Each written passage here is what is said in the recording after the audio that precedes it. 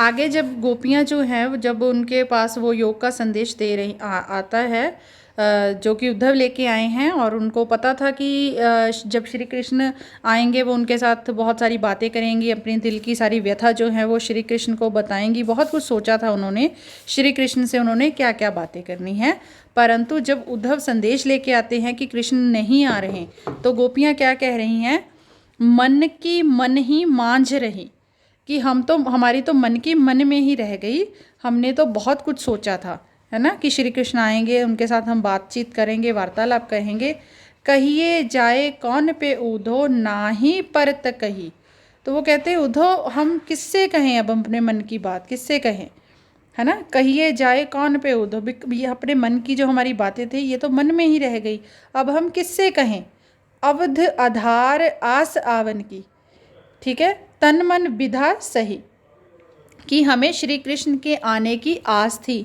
अवध आधार आस आवन की, हमारे मन में श्री कृष्ण के आने की आस थी, आशा थी, और वही हमारी वियोग का आधार था कि श्री कृष्ण आएंगे।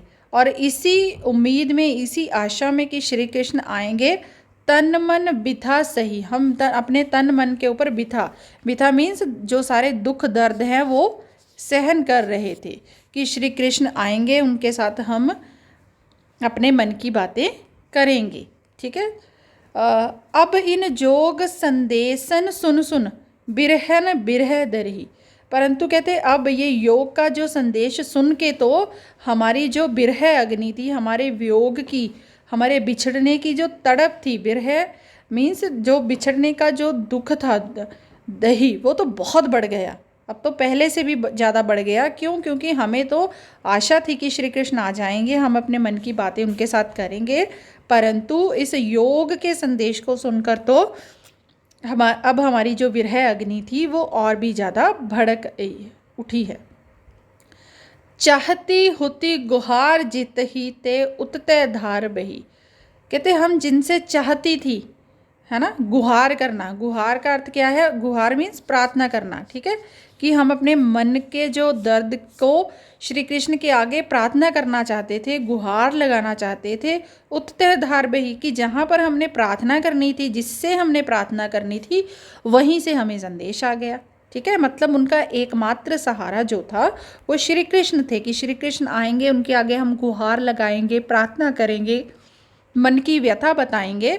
परंतु जहाँ हमने गुहार लगानी थी, प्रार्थना करनी थी, हम जहाँ पर प्रार्थना करना चाहती थी, उतते धार बही, वहीं से ये योग की धार बह गई, ये मतलब वहीं से ये योग का संदेश आ गया। सूरदास अब धीर धरह क्यों, मर ज्यादा न लही। अब वो कहती, सूरदास जी कहते हैं कि गोपियाँ कह रही हैं अब धीर धरह क्यों, धीर मतलब धीरज, हौसला, कि अब हम हौसला क्यों करें, मर ज्यादा न लही। ये अंतिम पंक्ति जो है ये बहुत ही ज़्यादा महत्वपूर्ण है। बहुत सारे प्रश्न जो है इस पंक्ति पर आधारित जो है बोर्ड की परीक्षा में पूछे गए हैं पिछले वर्षों में। तो ये जो अंतिम पंक्ति जिसकी हम व्याख्या करने जा रहे हैं ये अति महत्वपूर्ण है, बहुत ध्यान से सुनिएगा।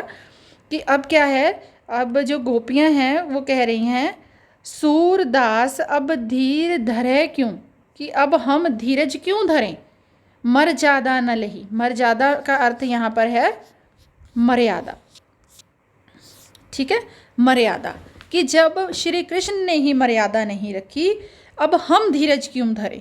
तो अब किस चीज़ की श्री कृष्ण ने मर्यादा नहीं रखी, कि श्री कृष्ण उनको वचन देके गए थे कि वो शीघ्र ही मथुरा से लौटेंगे, परंतु अब वो वहाँ से लौटे नहीं हैं, बल्कि उन्होंने क्या किया है, योग का संदेश जो है वो गोपियों के लिए भेज दिया है। तो इसीलिए गोपियाँ जो हैं कह रही हैं कि श्री कृष्ण ने अपने वचन की मर्यादा नहीं रखी है, तो हम भी धीरज क्यों रखें। आगे तीसरे पद में गोपियाँ कह रही हैं हमारे हरि हारल की लकड़ी, कि हमारे लिए जो हमारे हरि हैं, हमारे कृष्ण हैं, हारिल की लकड़ी के समान है, हमारे हरि हारिल की लकड़ी। अब बेटा हारिल की लकड़ी अर्थात क्या है, हारिल बेटा एक प्रकार का पक्षी होता है। कहा जाता है कि ये जो पक्षी होते हैं, हारिल पक्षी होता है, ये सदैव अपने पंजों में एक लकड़ी पकड़े रहता है, ठीक है, हमेशा लकड़ी पकड़े रहता है। हारिल पक्षी का जो मानना है कि उसकी जो रक्षा है वो ये एक लकड़ी कर सकती है। तो गोपियाँ कह रही है कि हमारे लिए तो हरी हारिल की लकड़ी के समान है। हमारे हरी हारिल की लकड़ी मन क्रम बचन नंद नंदन उर। बहुत ध्यान से समझिएगा इस पंक्ति को। हम मन क्रम बचन नंद नंदन, तो नंद से यहाँ पर अर्थ नंद बाबा से हैं, श्री कृष्ण के पिताजी नंद बाबा। तो यहाँ पर नंद बाबा से अर्थ है, और नंदन से जो अर्थ है वो है नंद बाबा के नंदन अर्थात श्री कृष्ण। ठीक है, गोपियाँ कह रही हैं मन क्रम बचन, हम तो अपने मन क्रम से बचन से नंद नंदन उर होता है हृदय। ठीक है, कि हम तो अपने मन वचन कर्म से श्री कृष्ण को अपने हृदय में समा चुकी हैं, बसा चुकी हैं। यह दृढ़ कर पकड़ी, और इसी चीज़ को दृढ़ करके पक्का करके हमने पकड़ा हुआ है। यह दृढ़ कर पकड़ी, पकड़ी मीन्स पकड़ा हुआ है। क्या पकड़ा है? जिस प्रकार हारल पक्षी ने उस लकड़ी को पकड़ा है। तो ये दोनों लाइन्स को इकट्ठा समझने की कोशिश करो। हमारे हरि हारिल की लकड़ी मन क्रम बचन नंद नंदन उर, यह दृढ़ कर पकड़ी, अर्थात हमारे लिए श्री कृष्ण जो है वो हारिल की लकड़ी के समान है। हम सब ने भी अपने मन कर्म वचन में श्री कृष्ण को दृढ़ करके पकड़ा हुआ है, ठीक हारिल पक्षी की तरह। जागत सोवत स्वप्न दिवस निस कान्ह कान्ह चकरी, कहती कि हम जागत सोवत जागते हुए, सोते हुए, स्वप्न सपने में, दिवस दिन में, निसी मीन्स निशा रात में, कान्हा कान्हा का जाप करती हैं। कान्हा कान्हा चकरी मतलब हर वक्त हमारे ध्यान में श्री कृष्ण हैं। सुनत जोग लागत है ऐसो ज्यों करुई ककरी, कहती हमें तो जोग अर्थात योग की बात सुन के ऐसे लगता है जैसे कि कड़वी ककड़ी हो। ठीक है, कि करुई मीन्स कड़वी, ककड़ी मीन्स ककड़ी। जैसे कड़वी ककड़ी खाई नहीं जाती, हम खा नहीं सकते उसको, तो कहते हमारे लिए तो ये योग जो है वो कड़वी ककड़ी के समान है। सूतो ब्याध हमको ले आए देख सुनी ना करी। ठीक है, कहते कि तुम तो हमारे लिए तुम तो ब्याध, ये बीमारी, ये विपदा, ये मुसीबत हमको ले आए, हमारे लिए ले आए हो। कौन सी मुसीबत? योग की। ठीक है, कि तुम तो ये योग की मुसीबत हमारे लिए ले आए हो, इस बीमारी को हमारे लिए ले आए हो। देख सुनी ना करी, वो बीमारी जो हमने ना कभी देखी है, ना सुनी है, ना करी है, हमें जिसके बारे में पता ही नहीं है, उस योग के संदेश को तुम हमारे लिए ले आए हो।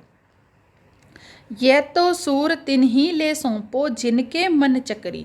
आगे गोपियाँ कह रही हैं, सूरदास जी कहते गोपियाँ कह रही हैं कि हे उद्धव, ये योग का संदेश तो तुम उनको जाकर दो। तिन्ही ले सौंपो, तिन्ही उनको जाके दो ये योग का संदेश जिनके मन चक्री, जिनके मन चक्री के समान घूम रहे हैं, अर्थात जिनके मन स्थिर नहीं है, जिनके मन चंचल हैं, स्थिर नहीं है। ठीक है, जिनके मन चंचल हैं, अस्थिर हैं, स्थिर नहीं है, अर्थात जिनके मन अस्थिर है, कि हमारे तो मन में पहले से ही श्री कृष्ण स्थिर हैं, श्री कृष्ण को हम सब कुछ मान चुकी हैं, तो हमारे लिए तो श्री कृष्ण हैं। तो योग का संदेश उन लोगों के लिए होता है जिनका मन एकाग्र नहीं होता। तो ये योग का संदेश जो है तुम उन लोगों को जाकर दो जिनके मन चक्री के समान घूमते हैं।